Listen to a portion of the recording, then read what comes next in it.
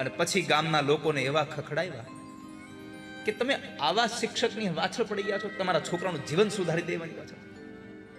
મનસુખરામ, બહુ આનંદ થયો હો તમારા છોકરાના આવા સંસ્કારો, તમારા છોકરાનું આટલું સારું ભણતર જોઈને બહુ આનંદ થયો.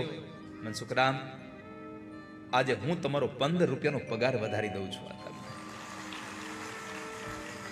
પેલાએ 3 વધાર્યા, બીજાએ 5 વધાર્યા અને ત્રીજાએ 15 વધાર્યા. ગામ તમારી ઈર્ષા કરે ને ત્યારે સમજવું તમે પ્રગતિના પંથે ચાલ્યા જાઓ છો.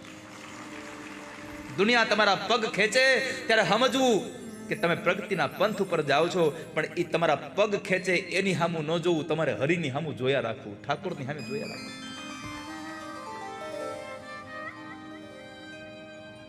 કુત્તા ભોકે તો ભોકન દે, તું હાથી કી ચાલ તલક જા.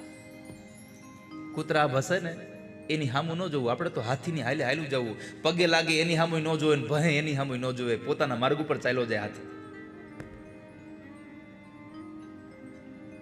ગામના લોકોને ખખડાવ્યા અને પછી બપોરે ભોજન કરવા માટે સાહેબને કીધું તું ભોજન કરવાનું, ભોજન તો કરાવવું પડે.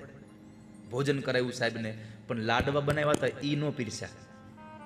કેમ? કામ ક્યાં પત્યું આપણું?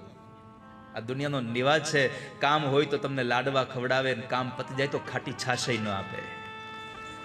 સુર નર મુનિજન સબકી યહ રીતિ, સ્વાર્થ કારણ કરહી પ્રીતિ. સ્વાર્થ હોય તો પ્રેમ કરે, અને સ્વાર્થ પતી જાય પછી તમારી બાજુ જોવાનો એની પાસે ટાઈમ નથી હોતો.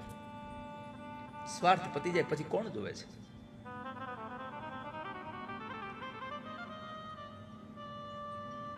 હવે કથા શરૂ થઈ. 5 વાગવા આવ્યા.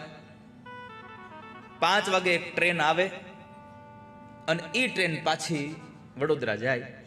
એટલે સાહેબને એ વડોદરાની ટ્રેનમાં જવાનું હતું, એટલે સાહેબને મૂકવા માટે ગામના લોકો સ્ટેશને ગયા. ટ્રેન આવી અને જે ડબ્બામાં સાહેબ ચડાવવા ગયા એમાં પાછો મનસુખરામ માસ્તર ઉતર્યો.